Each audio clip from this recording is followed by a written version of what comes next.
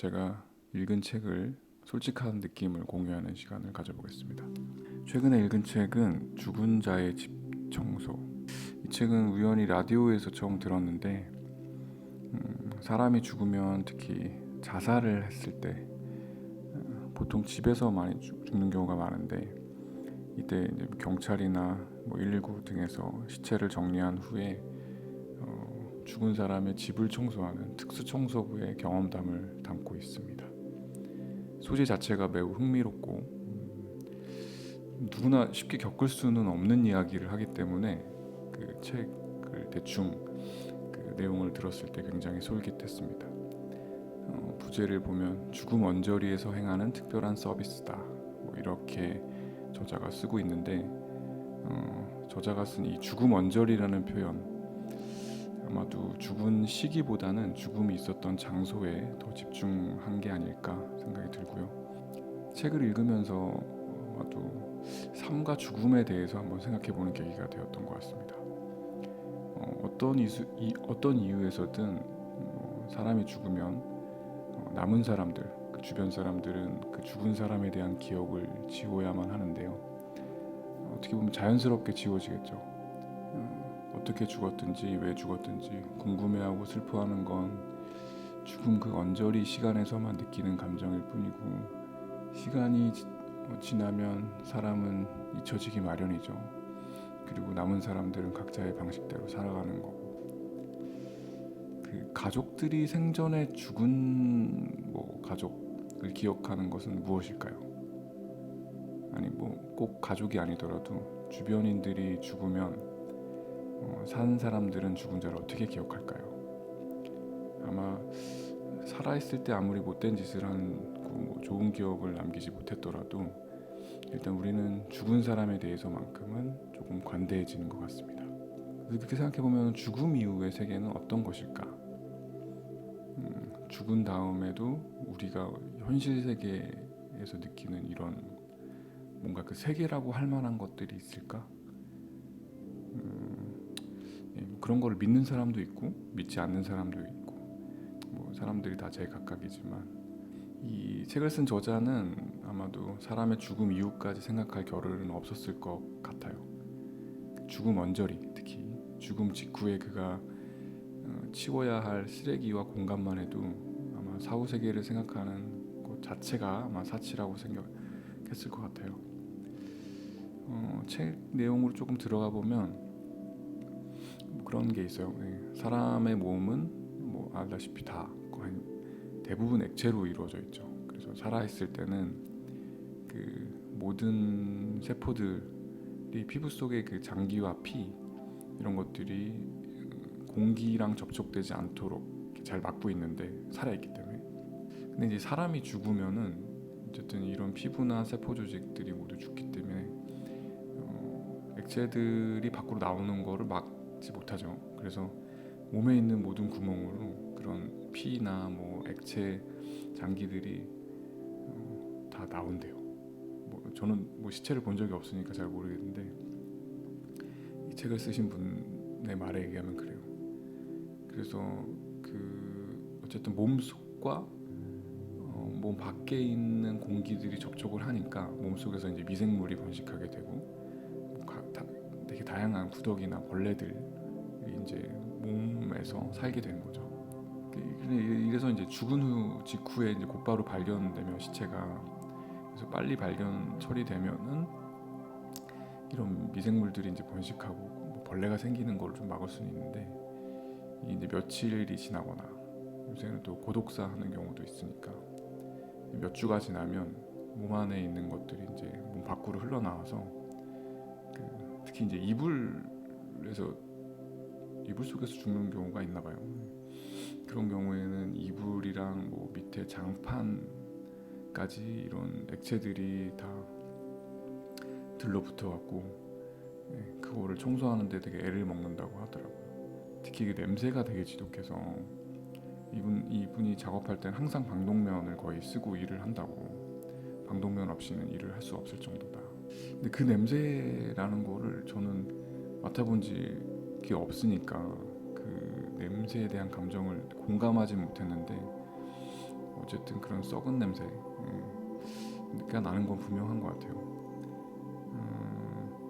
여기서 이분도 고양이에 대한 얘기가 이제 책에 있는데, 사람뿐만 아니라 이제 길고양이나 집고양이가 죽었을 때도 사람들이 그 특수청소부를 찾는다고 합니다.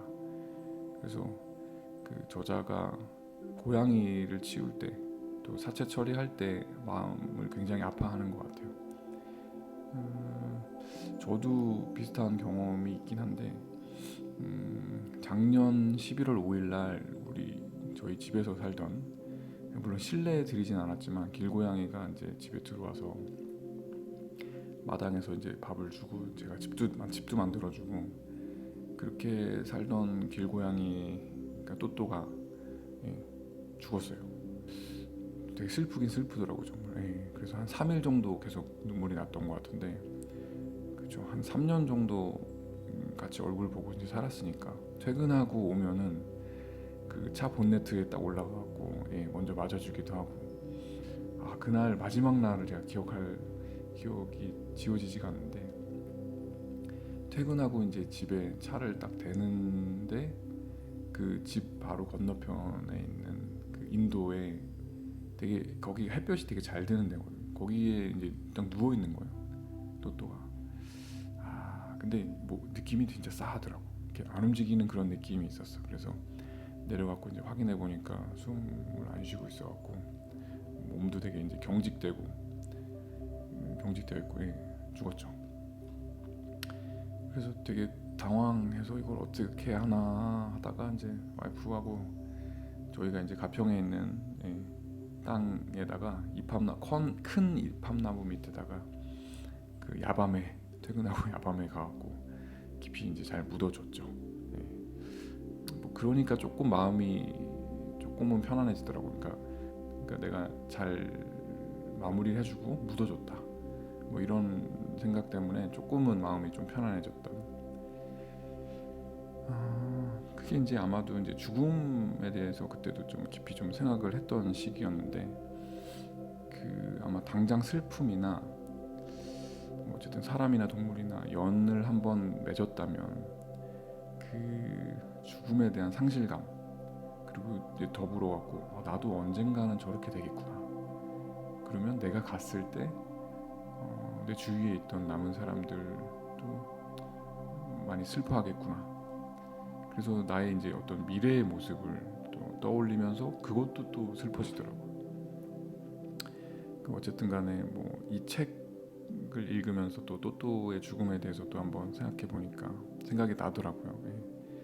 그래서 죽음의 의미를 한번 또 생각해 보게 되었다. 그리고 이 책에 이제 후반부의 사례로 나오는 것들이 있는데, 만약에 인생의 마지막 순간에 전화를 한 통 한다면 나는 누구에게 할까? 뭐 이런 생각을 아마 보통 사람들이 뭐 생활하면서 하는 경우가 많지 않겠죠. 근데 이 책에 그런 장면이 있어요. 어느 날 저자한테 한 통의 전화가 걸려오는데, 그 약간 처음 보는 전화번호고 낯선 여자의 목소리, 술에 약간 취해 있고 횡설수설하는 그녀가 그 다짜고짜 인터넷을 보다가 궁금한 점이 있다고 질문을 해요. 착화탄 자살을 하면 괴롭다고 쓰셨는데 진짜인가요?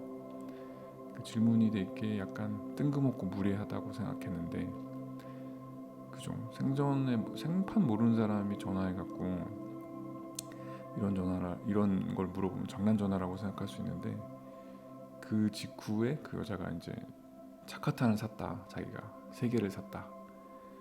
이제 저자가 딱 듣기, 이 사람이 자살을 하려고 하는구나라는 생각이 들어서 그래도 약간 정신을 차리고 침착하게 시간을 좀 끌면서 그 119랑 경찰에 신고를 해갖고 결과적으로는 이 여자분의 자살을 막았어요. 근데 이제 그 이후에 저자가 이제 생각을 하지, 생판 모르는 여자의 자살을 막은 것은 그 여자를 위한 것인가, 아니면 나를 위한 것인가. 굉장히 마음이 불편하겠죠. 만약 그런 전화를 받은 직후에 자기는 아무것도 행동하지 않고 그냥 그 여자분이 자살을 했다면. 굉장히 찝찝하고 마음 불편함을 안고 살아가야 되는 본인을 위해서 이걸 막은 것인가? 아마도 후자의 경우일 거예요. 예. 사람들이 뭐 대체로 내가 모르는 사람의 죽음에 관심을 갖지 않죠. 근데 어쨌든 나로 인해서 마지막 죽음의 길에 나한테 전화를 했는데 내가 그걸 막지 못했다면 죄책감이 좀 들 수 있을 것 같아요. 근데 이 에피소드를 듣고 저도 딱 두 가지 생각이 들더라고요. 만약에 누군가가 자살 직전에 나한테 전화를 한다면 나 역시 아마 막으려고 했을 것 같아요. 네.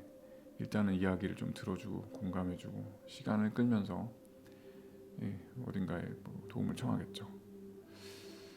근데 만약에 결과적으로 그렇게 해서 그 사람의 자살을 내가 막았다면 그 사람은 나를 고마워할까? 미워할까?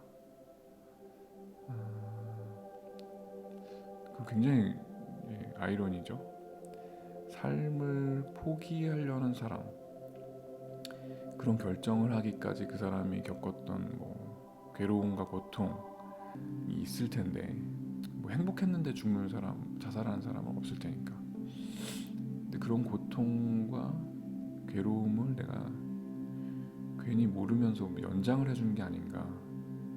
그러니까 본인의 자살도 어떤 자기의 자율권이라고 할 수 있을까? 자기의 의지대로 모든 뭔가를 할 수 있는 마지막 선택?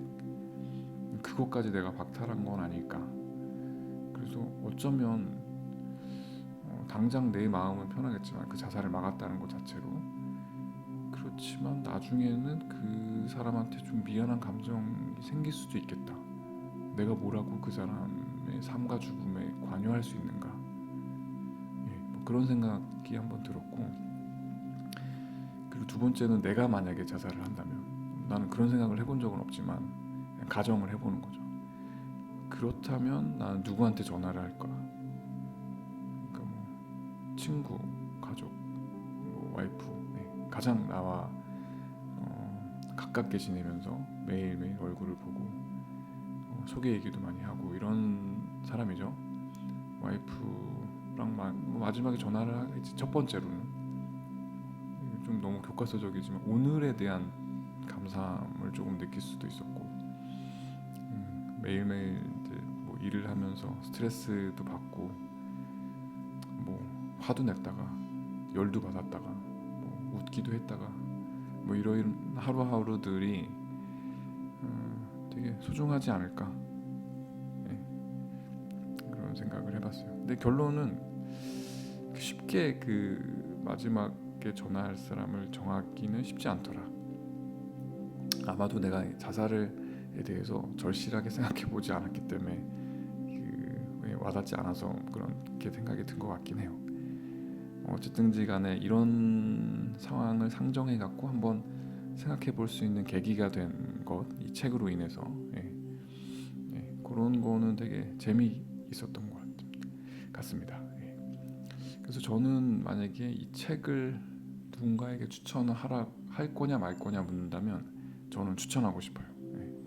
그리고 이분의 문체가 굉장히 편하고 쉽게 읽히면서 비유나 은유도 좋았고, 일단 이분은 글을 되게 잘 쓰시는 분인 거는 틀림없는 것 같아요.